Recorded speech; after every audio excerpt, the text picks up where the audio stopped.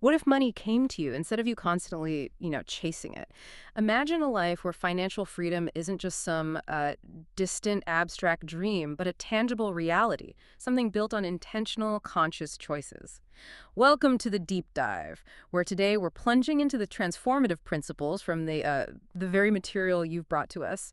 Our mission really is to extract these powerful insights that can fundamentally shift your relationship with money and time, paving the way for, well, a richer, more fulfilling life. We're going to unpack the core differences between how, let's say, ordinary people approach wealth versus those who truly achieve it. Right. And this material, it really distills complex ideas into actionable steps. It demonstrates how seemingly small shifts in daily habits can lead to a significant accumulation of wealth and, yes, happiness too. It's not about grand gestures. It's more about consistent, deliberate action that just compounds over time. Exactly. And for you, our listener, our goal here is to equip you with practical nuggets of knowledge and maybe some surprising facts, helping you quickly become well informed on building genuine, lasting wealth. It's less about just grinding harder and more about smarter, more systematic living. So let's start digging into what this research reveals. Okay. Where should we begin? Let's begin with what might be your most undervalued asset, your time. When we talk about wealthy time management, the core distinction between financially free individuals and everyone else isn't about having more hours in the day. We all get 24, right? Hmm. It's the radical shift in how they think about time, viewing every minute as a non-renewable, priceless currency. That's such a crucial distinction. Yeah. Time is finite and irreplaceable. Unlike money, which can often be earned back, lost time is truly gone forever. This fundamental understanding is absolutely key. The insights from the material point out that ordinary individuals often spend their precious hours on, well, immediate necessities, chasing distractions, or indulging in short-term gratification. Like what kind of things? Well, think about it. Binge-watching series, aimless mobile scrolling, getting into those people-pleasing chats that go nowhere, or getting bogged down in trivial tasks that serve no long-term goal. It's a fascinating point because it makes you wonder how much of our daily busyness is actually just a reaction to immediate stimuli rather than, proactive steps towards a defined future. Exactly. It's a powerful realization because the wealthy perspective is, well, diametrically opposite. They genuinely see time as their most precious commodity. Every minute used without purpose is, for them, a lost opportunity to create something valuable. Precisely. And this is why financially successful individuals are not afraid to effectively buy time from others. How do they do that? They'll hire assistants, management teams, specialists, people to handle tasks they're not particularly good at, or maybe tasks that just don't require their unique energy. Their purpose is really clear: to redirect their own finite energy towards strategic planning, creating new ventures, scaling existing projects, or negotiating those high-impact deals that could be worth millions. That's such a stark contrast to how most people operate, isn't it? So many of us are stuck in the mindset of doing everything ourselves, constantly trying to save money. Right. The DIY trap. But the material you've provided emphasizes that this self-reliance and low-return activities might actually be stealing opportunities for future growth, and we don't even realize it. Think about the activities the wealthy consciously avoid: arguing for no real benefit, consuming irrelevant news, gossiping, aimless social media browsing, doing non-scalable work, or accepting every single task just due to a fear of saying no. Yeah, they cut that stuff out. Their focus is relentlessly on long-term impact. They prioritize learning new relevant skills, creating digital assets, building robust systems, expanding their networks, and devising future strategies. It's a complete reevaluation of what truly constitutes productive time. It's not just being busy. Right. So if you're listening to this and thinking, okay, that's great for people who are already financially secure, but I'm just an ordinary person with daily responsibilities and, a tight budget, your sources offer actionable steps. Anyone can start with these right now. Absolutely. The key isn't about adding more hours to your day. It's about shifting your mindset and using the time you already have consciously, adding quality to those hours. Even a modest 30 minutes to an hour daily dedicated to self-development can quietly accumulate wealth over time. It really can. What does that look like practically? This could mean reading, learning about investment, creating scalable content, maybe some financial planning. If we connect this to the bigger picture, well, this is about micro investments of your time. These tiny investments, they compound into significant future assets. It's basically the same principle as compound interest, but applied to your personal growth and capacity. And the tools and techniques these successful individuals use are actually accessible to everyone. Things like time blocking, setting daily goals, Hmm. Designating golden time for crucial tasks. applying the 80-20 rule to prioritize daily progress tracking. And constantly asking yourself that question. Does this activity lead me towards my goal? If not, should I cut it or postpone it? It's about being ruthless with your focus. Right. Even a small change, like dedicating 30 minutes right after waking up to planning your day instead of immediately grabbing your phone. That alone can build a profound sense of control over your life. This consistent effort leads to continuous self-development, it reveals new opportunities, and it fundamentally shifts your energy. So instead of just surviving the day. Exactly. You start building foundations for the future. Time gradually transforms into an asset. And what does this all mean externally? How does it show up? Well, this internal change, it reflects in tangible ways.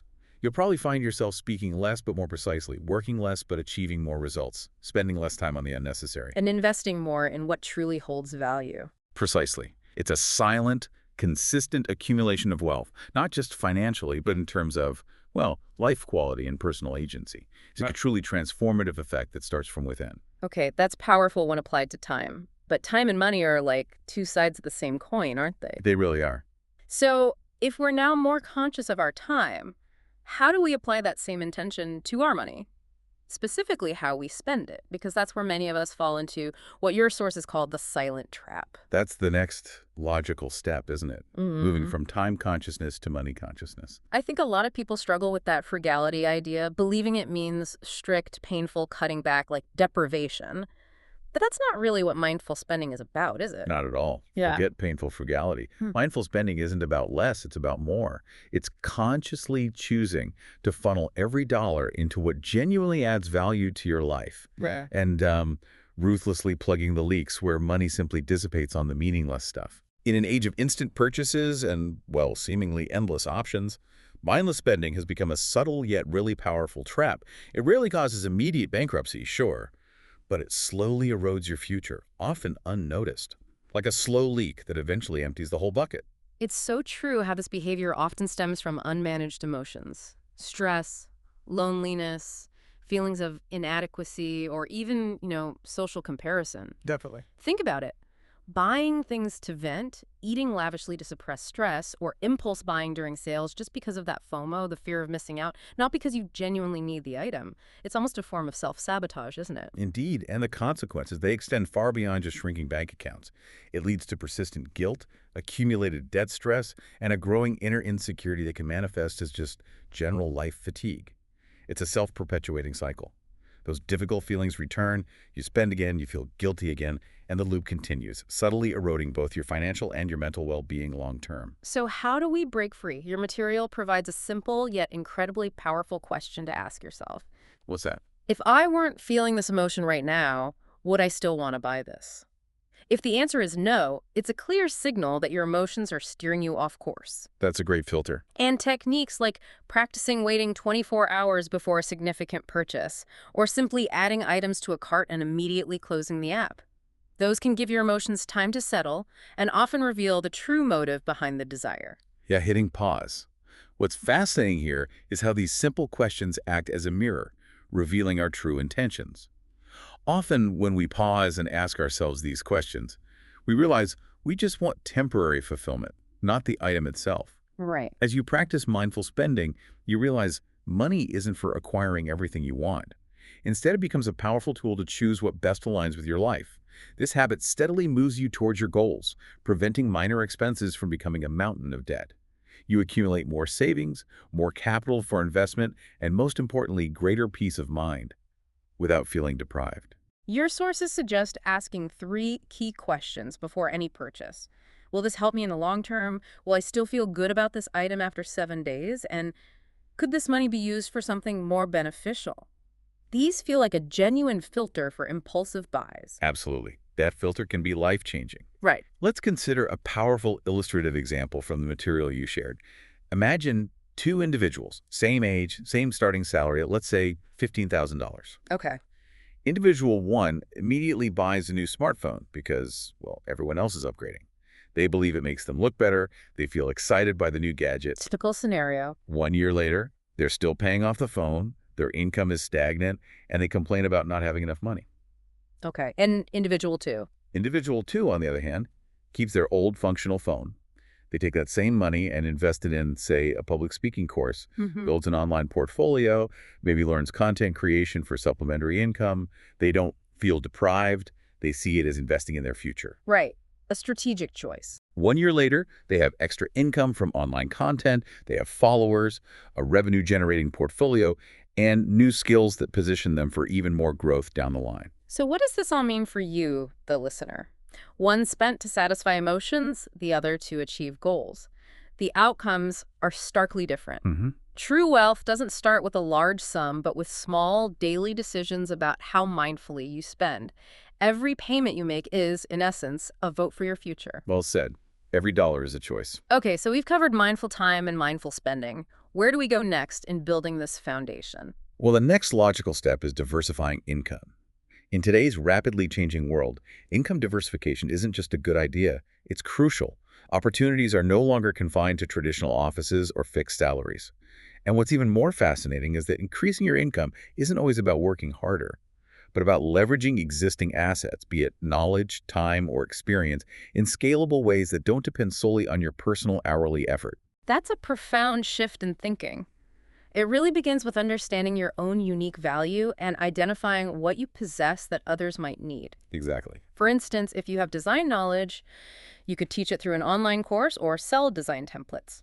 If you have just an hour a day, you could use that time to build an online channel, share your experiences, or experiment with small ventures that can quietly grow into future income streams. It's about observing your own strength and daring to repeat them in ways that don't require starting from zero every single time.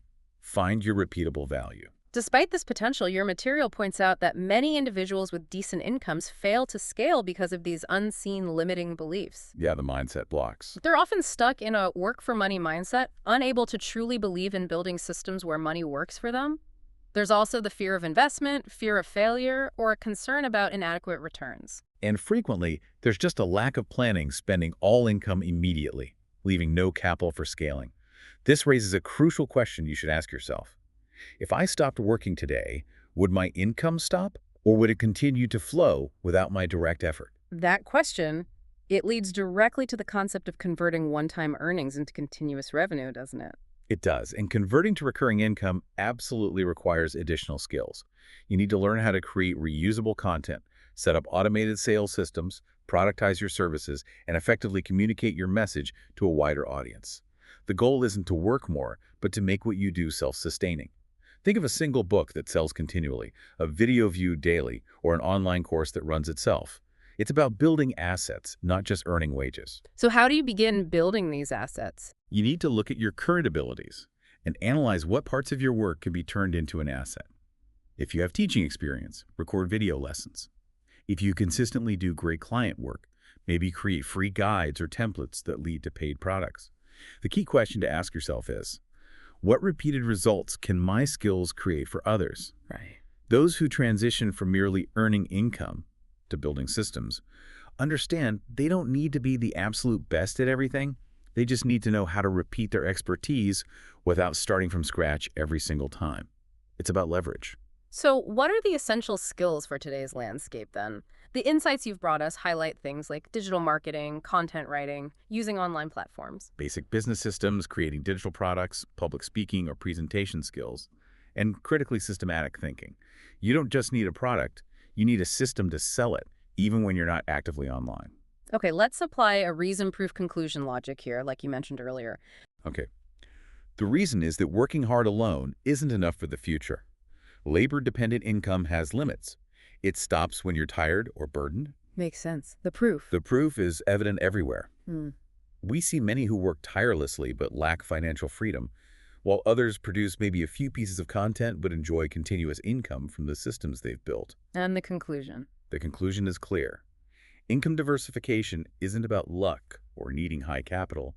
It's about mindset, skills, and smart, repeated action. You don't need to know everything, but you must be willing to learn and experiment. Starting today means that one day you won't be chasing money. Money will flow to you from the systems you've built. We've talked about diversifying your income beyond just trading hours. And one of the most accessible and potent ways to do that, especially in today's digital landscape, is what you call the secret weapon of mobile short videos. Tell us, why are these so powerful for ordinary people? You're right, they truly are a secret weapon. In this era where literally anyone can be a content creator, making short videos on your mobile phone is an incredibly powerful tool. Ordinary people can generate income, build a personal brand, or simply share valuable stories, all without needing big teams or expensive equipment. But it's not just having the phone, right? No, don't be fooled into thinking just having a phone is enough. This material emphasizes that it's about the thinking behind every shot. A truly good short video doesn't start with a fancy app. It starts with understanding what the viewer wants and, crucially, how to make them feel something in the first 3 to 5 seconds. That hook is everything. And professionalism, you mentioned, isn't about fancy effects or dramatic sound. Not necessarily. It's about controlling the core elements. Clear, focused visuals, crisp audio, true colors, and smooth editing that doesn't annoy the viewer. Even a simple room with soft, intentional lighting and a clear voice can be far more credible and impactful than a fancy but muddled video. Clarity over flash, always. So how easy is it for beginners to start? It's incredibly easy. Pick a topic you're passionate or knowledgeable about: product reviews, sharing expertise, motivational talks, even comedy, whatever fits you. Outline your core message. An opening hook, the middle content, and a closing call to action. Start by recording maybe sentence by sentence or even an uncut practice run just to find your rhythm. Once you're comfortable, then move to detailed editing. The material you've shared also outlines common beginner mistakes. Things like videos that are too long without a clear climax. Low audio, no subtitles. Music that drowns out speech, or excessive effects that actually obscure clarity rather than enhance it. So, how can someone really level up from those early mistakes? Well, to truly level up, watch successful creators. Analyze why you keep watching their videos. Then imitate their style with your own content, giving it your unique spin. Don't just copy, adapt. Focus on concise speaking and using emotionally resonant words. Always start with a compelling question, a powerful caption, or maybe a shocking phrase. And always end with a clear call to action. Because this isn't just entertainment anymore. No, it's a new frontier for life transformation. Viewers seek quick answers, instant inspiration, or a fast laugh to relieve stress.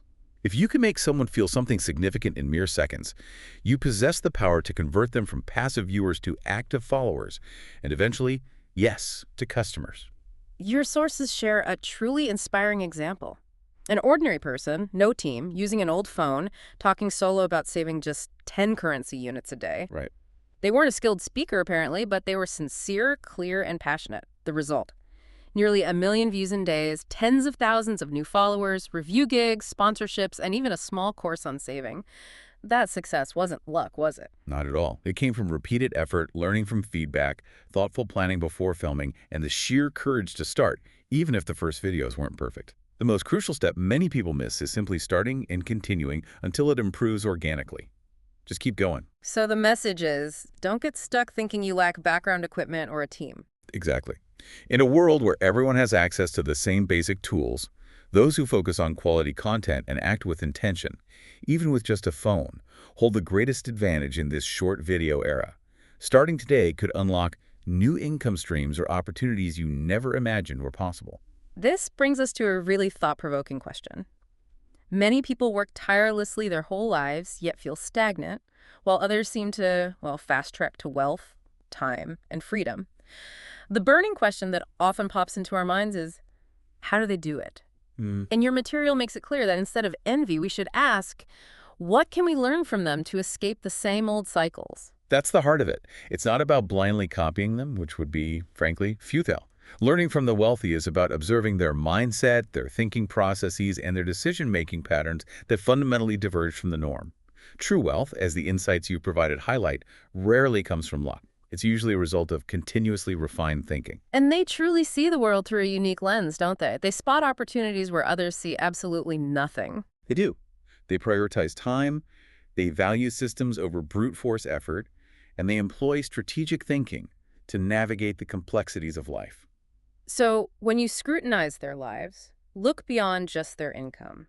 Observe how they set goals, how they handle failure, how they plan their finances, build networks. And, critically, how they think about problems. While ordinary individuals might see problems as something to avoid, The wealthy often see hidden opportunities within chaos. Witnessing their systematic approach and deep thinking reveals that success isn't about doing things quickly, but about doing them correctly and thinking profoundly. This kind of learning drastically reduces your own trial and error period. You can literally shorten your life's journey by leveraging the experience of those who have gone before you. Yeah, why reinvent the wheel? You don't need to get lost in the woods if you know which path they took. Even a seemingly small shift in thinking, like moving from working for money to building systems for money, can fundamentally alter your life's trajectory. And the unseen differences between the financially free and the average person are often subtle but really powerful. The wealthy believe they can forge their own path, while ordinary people tend to wait for someone else to open it for them. Waiting for permission, almost. Kind of. The wealthy focus on long-term results. Ordinary people focus on immediate gains. And the wealthy take calculated risks with a plan, whereas ordinary people often avoid all risks, even the risk of starting something new. These fundamental differences grant them an advantage, even when they start from the exact same point. And here's the good news. You don't need personal connections to access their wisdom. Not at all. You can learn through their books, interviews, by observing their actions in meetings, listening to their concise insights, or studying their decisions during crises. Every successful action, your material notes, leaves a trace for those willing to observe and listen intently. But the biggest obstacle, as you mentioned, is often internal prejudice. Oh, definitely. Thoughts like, wealthy people are just lucky, or they must have cheated, or they don't understand my struggles. These can be deeply embedded. And they block learning. Completely. Mm. Such thoughts close your mind to learning, even when their journey was filled with discipline, patience, and countless failures. Releasing these narrow thoughts is the most vital first step. As long as you view success with bias, you'll never truly learn from it. That idea of internal prejudice is huge. How do we even begin to dismantle those deeply embedded biases, especially when we're facing our own struggles and it feels easier to just dismiss someone else's success? It takes courage, plain and simple. In a fast-changing world, knowledge isn't scarce. Only those brave enough to challenge their own thoughts and admit they aren't good enough yet will truly thrive. Be honest with yourself. I don't know, and I'm ready to learn from those further along. Even if it feels embarrassing, even if you have to start from zero, that's precisely where your mind breaks free from fear and enters the realm of true transformation. And here's a provocative reflection from the source.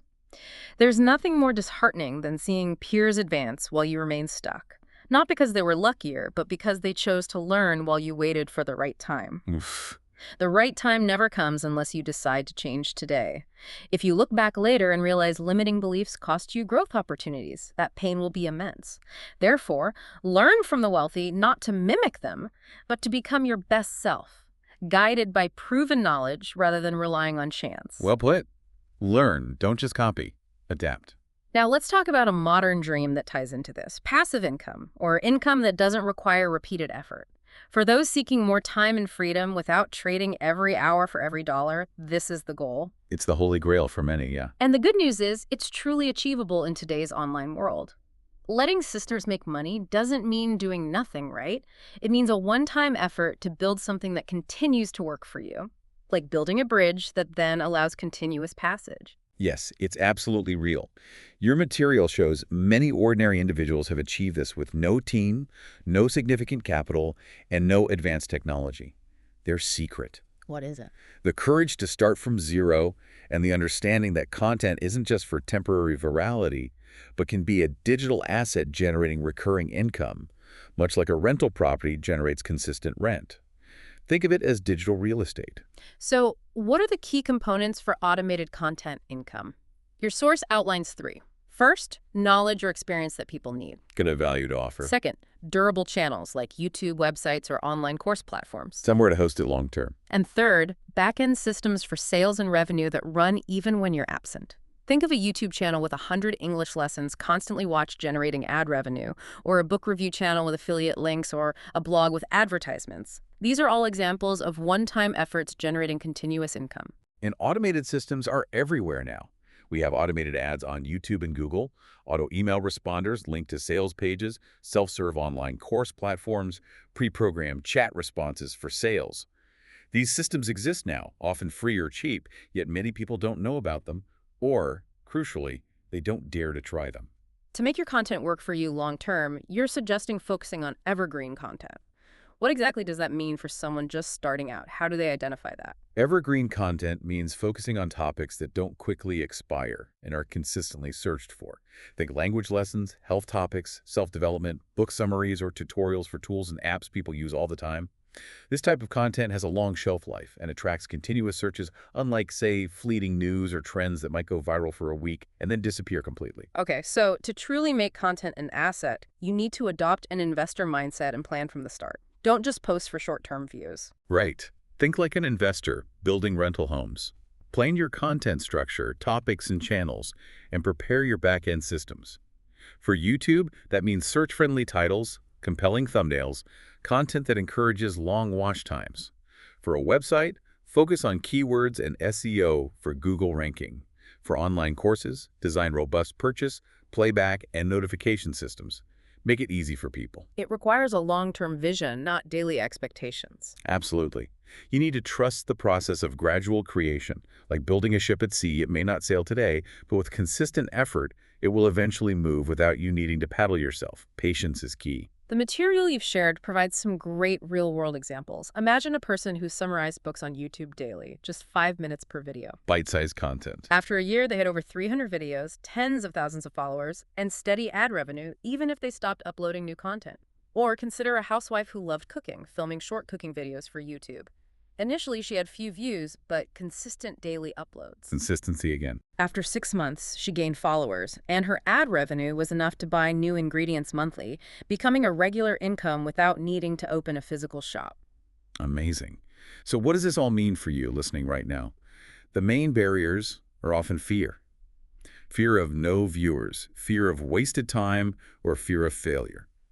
Will you let fear control you indefinitely, knowing that doing the same old things yields the same old results, forcing you to work until old age?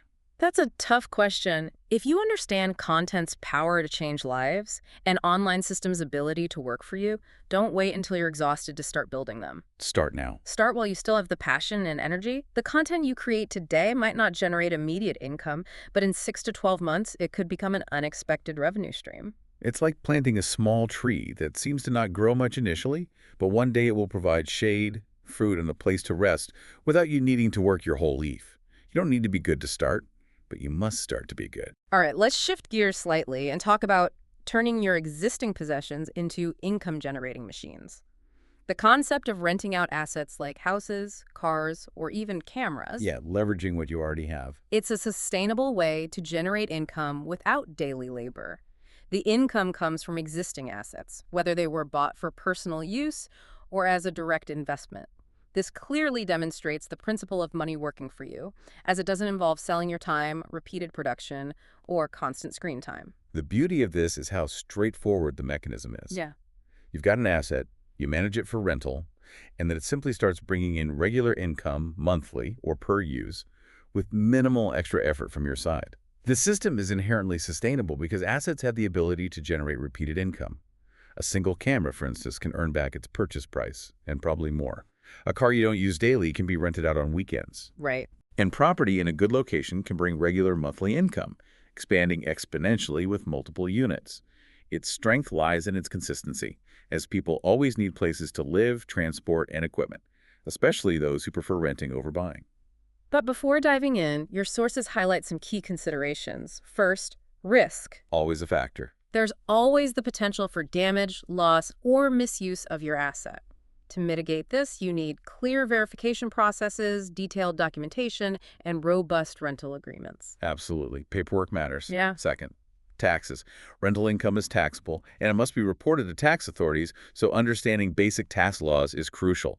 Don't get caught out. And finally, depreciation. You need to account for wear and tear, car maintenance, camera cleaning, and parts replacement or house upkeep.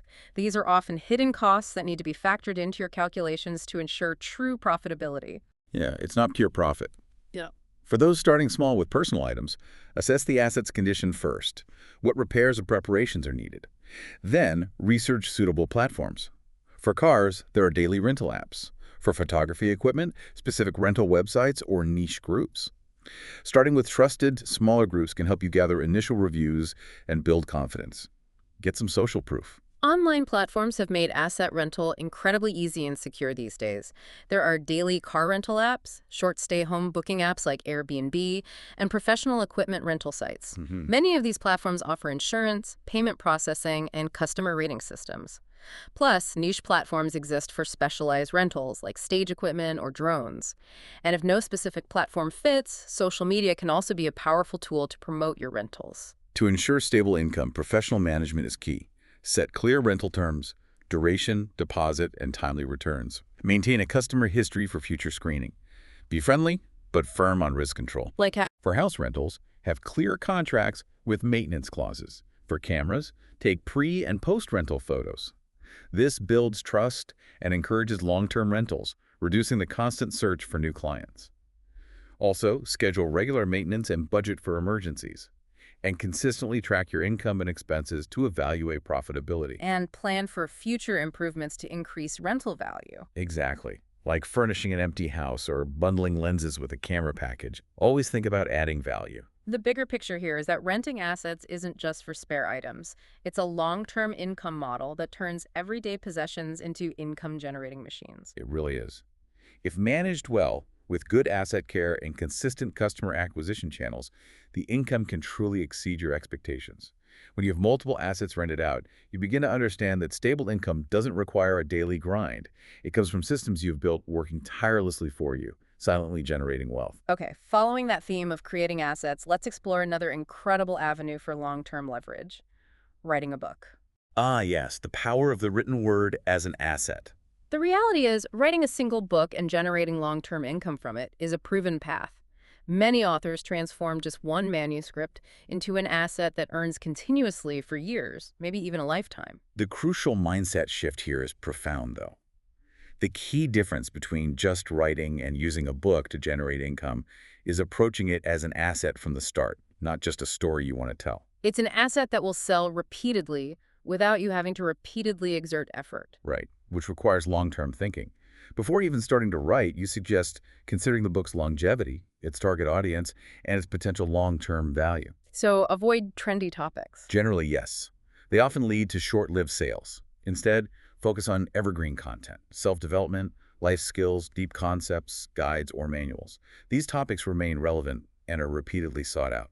A book that acts as a continuous guide or reference significantly increases its chances of generating ongoing income with minimal additional promotion. Understanding reader behavior is also vital. Readers don't always pick books by author name, especially at first.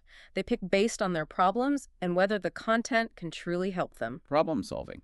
Books that clearly address specific problems like overcoming fear, changing habits, or stopping procrastination will always be discoverable by people looking for solutions. Compelling titles and descriptions help the book sell itself through algorithms, reducing your need for constant self-promotion. And for long-term royalties, online platforms are ideal. They allow self-publishing and royalty sharing, empowering new authors without needing traditional publishers or prior fame. Think of platforms like Amazon for digital and print versions, or regional platforms that cater to specific markets. These channels really democratize publishing. For those starting as an unknown author, your sources suggest not aiming for perfection initially. Find a topic you know well enough to simplify for others. Yeah, be helpful. An accountant could write an easy tax guide, a homemaker could share organization tips, or someone who's overcome a crisis could share their life lessons. Authenticity matters. Books don't need to be long or formal. They need to be sincere, useful, and easy to understand. You can even publish as an ebook initially on these platforms without waiting for publisher approval. Just get it out there. Copyright management also plays a huge role in long-term income. Plan for different formats, print, ebook, audiobook from the outset. Avoid selling full copyrights if you can. Keep your original files and contracts clear, especially if you're self-publishing. Own your work. And don't overlook the audiobook opportunity you mentioned. Definitely not. It's a significant channel because many people prefer listening while multitasking, driving, exercising, doing chores. Audio conversion is much easier now with readily available tools or affordable studio services. Your material shares the everyday example of Pim. Pim, in her mid-30s, working in HR, journaled about common work issues like deadlines, tough bosses, communication problems. Relatable stuff. Her journals evolved into structured lessons. She compiled them into an ebook, self-published it on a platform at a low price. Soon, positive reviews and sales grew steadily without her actively promoting beyond small group posts. Organic growth. The book wasn't a viral hit, but it generated consistent monthly royalties for 2 years. She then expanded it to an audiobook and self-translated an English version for Amazon, boosting income from the same core content. That's fantastic leverage. This process is genuinely achievable, not just for celebrities or professional writers. It truly transforms book writing from a personal passion into a form of investment, using your experience, thoughts, and time for potentially lifelong returns. Just understand that a book is an asset, plan and build it meticulously for long-term utility, ensuring it can sell itself and provide consistent income long after you stop typing. Okay, let's delve into another powerful investment, investing in yourself through self-development and investment And literature. reading for growth, yes. These books aren't just about information, are they? They act as a mirror, reflecting your biases, beliefs, and habits, prompting profound self-questioning. That self-reflection is key. When those questions are deep enough, they can shake entrenched attitudes, fears, inertia, and limiting beliefs, leading to genuine, life-altering shifts in perspective. There's actually scientific backing for this, too. Research from the University of Toronto shows that reading self-development and nonfiction related to human experience stimulates the prefrontal cortex. The planning part of the brain. Exactly. The part responsible for analytical thinking, planning, and long-term decision-making. These books don't just offer temporary feel-good moments, they directly impact your thought processes, especially with repeated reading and diligent note-taking. Many successful individuals attribute life-changing moments to a single book that sparked a new idea. Warren Buffett credits Benjamin Graham's The Intelligent Investor for shaping his entire view on money and investing. A classic. Robert Kiyosaki built an empire from simple concepts in Rich Dad, Poor Dad. It's not always about groundbreaking content, but about receiving the right message at the moment the reader is ready to change. Timing and readiness. So where do you begin if you're new to this? For absolute beginners, starting with self-development books is the ideal choice. Why start there? They build foundational mindsets like personal responsibility, patience, goal setting, and emotional management. Think of it like laying a house's foundation before building the financial structure. Attempting investment without the right mindset, say, desiring quick riches, fearing loss, or blaming luck, it's futile, like pouring water on sand. You won't retain the knowledge or act correctly. Right, the mindset has to come first. Once your mindset stabilizes, investment books become highly effective. You'll understand that growth takes time, planning is essential, and risk is inherent in any significant success. Then you're ready.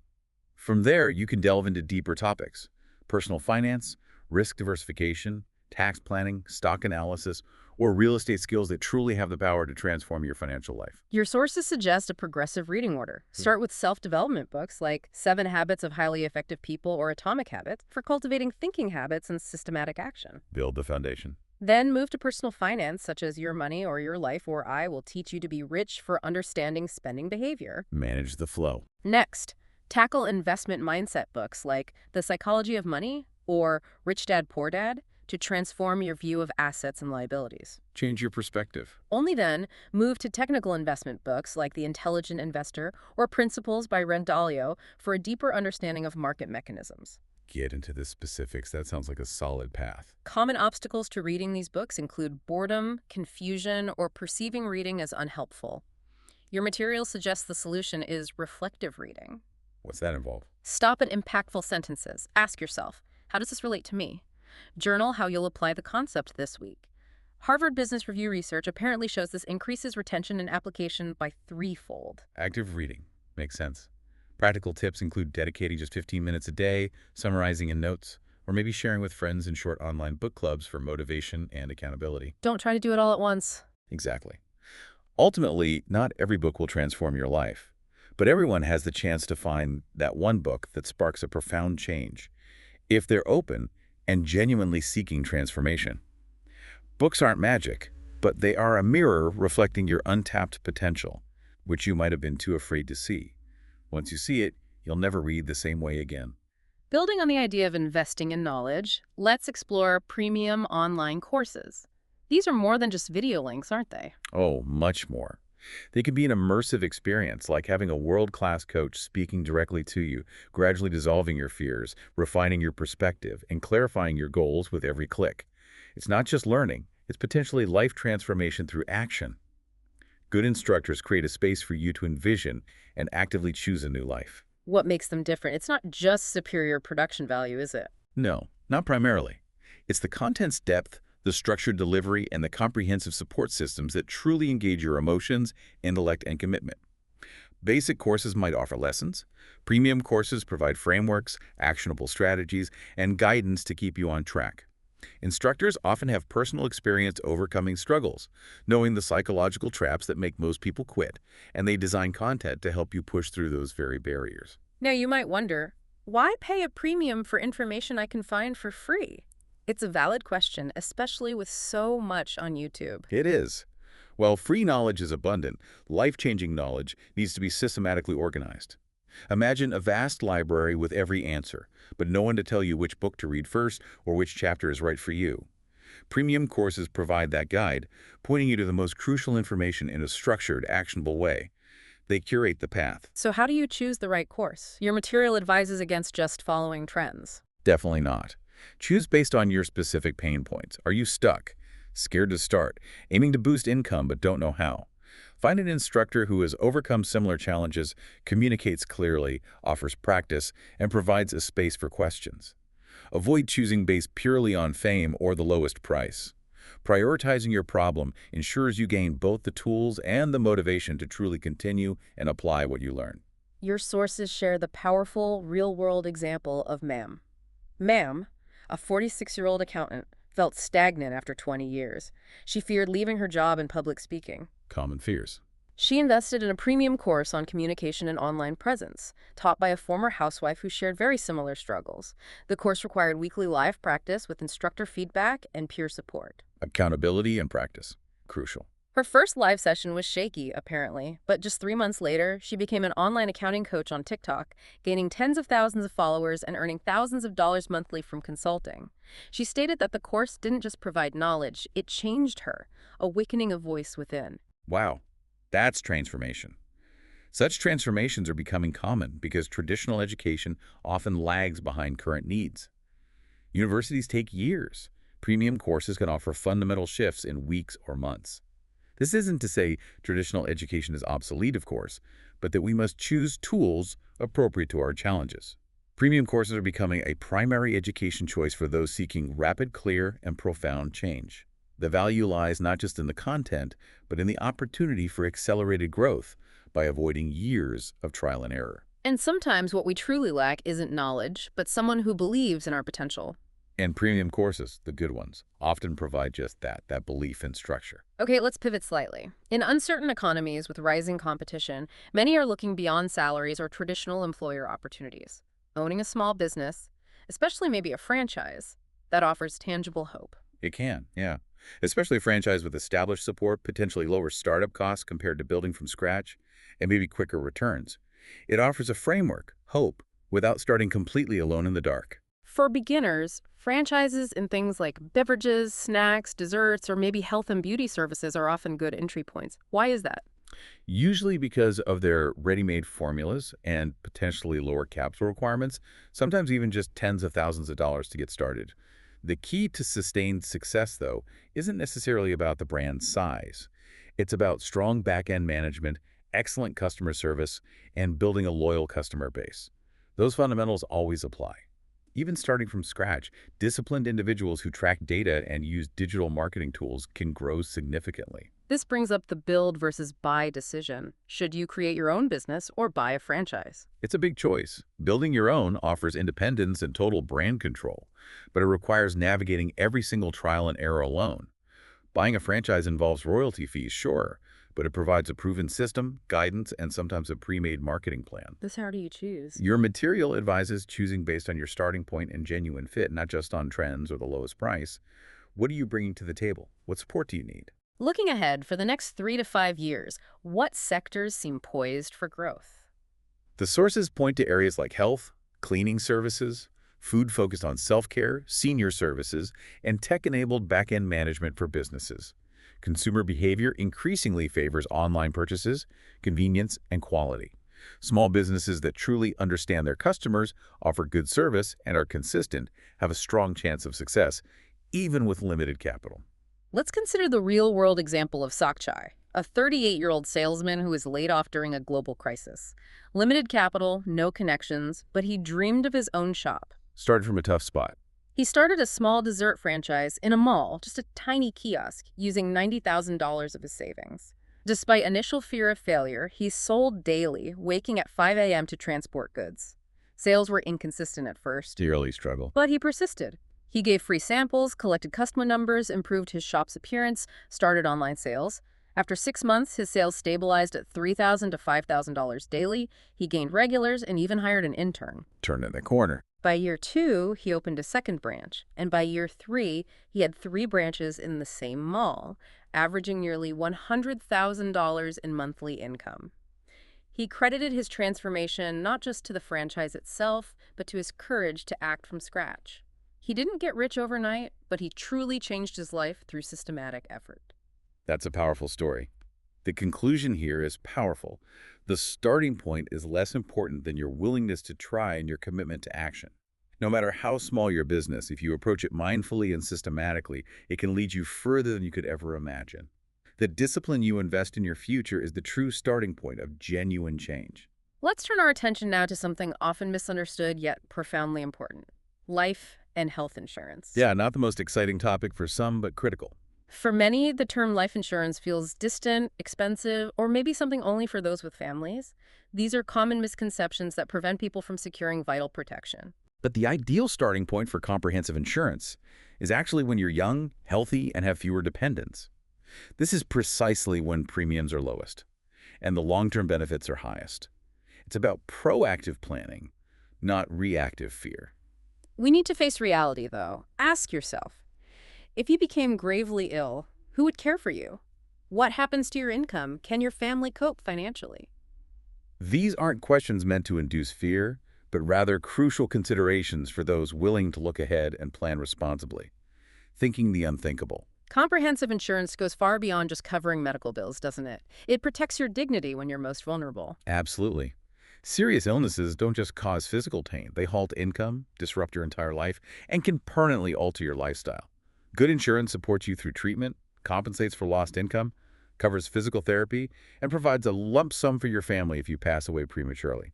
It's a safety net. The cost versus risk comparison is stark. Premiums might be as low as $400 to $600 per month, maybe less depending on circumstances.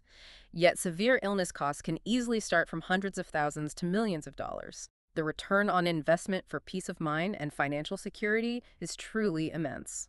Let's look at 2 illustrative examples from your material.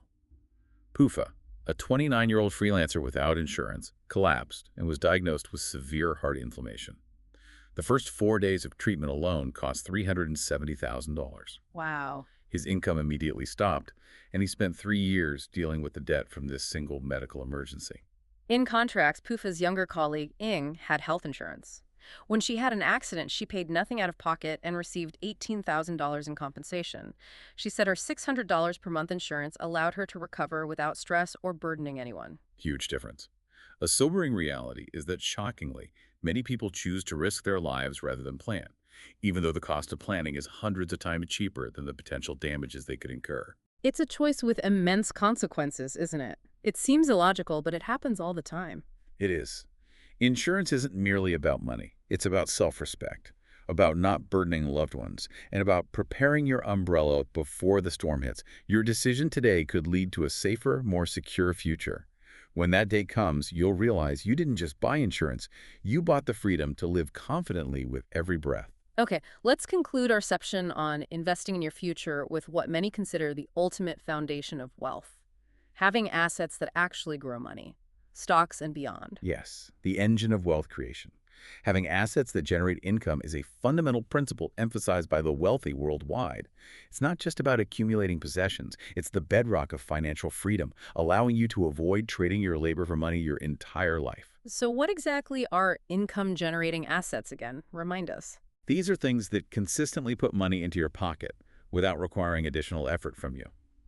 Examples include dividend-paying stocks, rental apartments, real estate investment trusts, or REITs, which generate rental income, or even digital assets that produce revenue through contracts.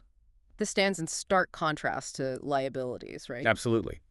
Unlike income-generating assets, luxuries merely consume money, costing you more to own without providing any return. A fancy car, a large house, or designer goods might look like wealth in the eyes of others, but if they don't generate income, they are liabilities, not true assets. They drain, not gain. For beginners, the idea of buying apartments or global stocks can be intimidating. Where should they start? Don't go there immediately if you're unsure. Start with what you understand and with smaller amounts. When we talk about stable dividend stocks, think of established companies that reliably share a piece of their profits with shareholders, often in industries like utilities or major banks that are generally less volatile. Okay. And REITs. Imagine owning a tiny slice of a giant shopping mall or office building. Without the headaches of direct property management, they pass the rental income on to you. These are good starting points. The idea is to convert just $2,000 to $5,000 monthly from what you typically spend into the right to receive income, potentially for life. Start small, start consistent. Clear goal setting is also crucial. Your material suggests a good goal is specific. For example, to have $10,000 in passive income monthly, you might need a portfolio of approximately $3 million. And don't be overwhelmed by that total number, though. The key is to just start investing consistently this month and let compounding do its magic over time. Focus on the next step. What are the biggest challenges people face here? It's usually not a lack of money initially. It's fear, a lack of knowledge, and impatience. Many people invest without proper research, quit when facing their first loss, or simply never start at all due to analysis paralysis. So the solution: simple, but not easy. Study, learn through mindful trial and error, perhaps using demo accounts first to get comfortable, read books, listen to podcasts like this one, and critically, only invest in what you truly understand. Never invest based on hearsay or fleeting tips from a friend's cousin. And a vital piece of advice from your sources: don't wait to be rich before you start investing. Absolutely critical. Don't wait until you have a lot of money to start planting your financial tree. Financially free people start planting when they only have a seed. It's about the habit, not the initial sum. Get started. Consider this illustrative example from the material. A salaried employee who used to spend all her money on brand name items now has a $1.2 million portfolio, generating $4,000 in passive income monthly from stocks. How did she do it? She bought them with just $3,000 a month over 5 years. She calls this money earned without working, and it gave her the confidence to quit her job and start her own business. That's the power of consistent investing. So the shift from being a money earner to a money owner isn't about luck, but about understanding and consistency. Ask yourself today, is the money in your hand working for you or just waiting to be spent? If you start investing today, income-generating assets will become your lifelong companions, truly working for you around the clock. Life doesn't have to be a constant struggle if you put in the initial effort to build systems that work for you in the future. This is what all financially free people understand. Money can work for you 24/7 without needing a single day off. Put your money to work. Wow. Okay, we've covered a lot. We've just completed a really deep dive into some profound shifts, changing your mindset about time and money, exploring diverse income streams, strategically learning from those who've mastered wealth, and making smart investments in yourself and your financial future. It's clear, I think, that true wealth isn't solely about accumulating large sums or relying on luck. It's born from conscious daily choices, consistent action, and the unwavering commitment to building systems that allow your money and your efforts to work tirelessly for you. It's systematic. The most significant investment you can ever make is in yourself and the enduring systems you build. So as you reflect on everything we've discussed today, here's the final thought for you, the listener. What small conscious step will you take today, right now, to lay the groundwork for a future where money truly works for you?